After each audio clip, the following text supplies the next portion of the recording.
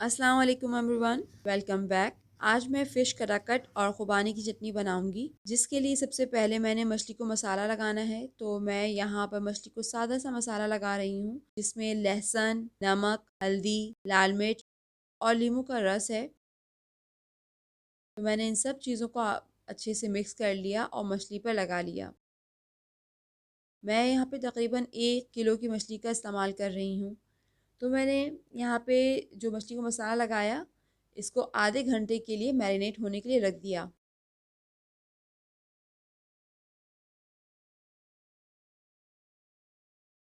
आधे घंटे के बाद मछलियों को फ्राई करके उनमें से कांटा अलग कर लिया और मछलियों को अलग रख दिया।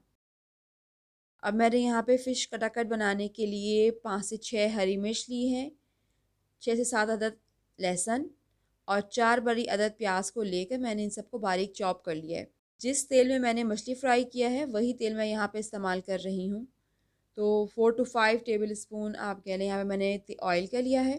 तेल गरम होने पर मैंने कटा हुआ लहसुन, फिर 6 अदद कड़ी पत्ते लिए, उनको भी तोड़ के शामिल कर दिया। थोड़ा सा चलाया और फिर कटी हुई प्याज शामिल कर दी। साथ ही हरी मिर्च, फिर थोड़ा सा चलाया और मछली शामिल कर दी।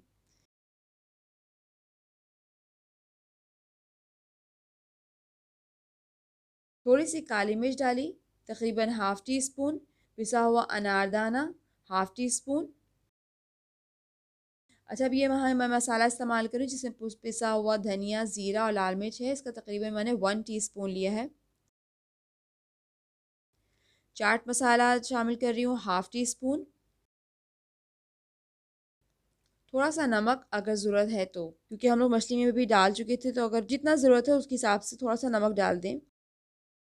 1/4 टीस्पून यहाँ पे मैंने अजवाइन, बारीक कटा हुआ सोया यानी कि दिल, और फिर आखिर में मैं पुदीना के थोड़े से पत्ते डाल रही हूँ। तो ये अब फिश कटाकट बिल्कुल रेडी है।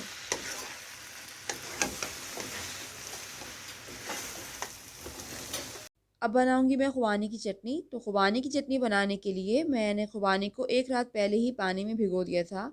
तो अब मैंने इसको पानी समेत ब्लेंडर में डाल के पीस लिया था। एप्रिकॉट ये मैं सॉस पैन में डाल दे रही हूँ। अब मैं यहाँ पे डाल रही हूँ 4 टेबल स्पून शुगर।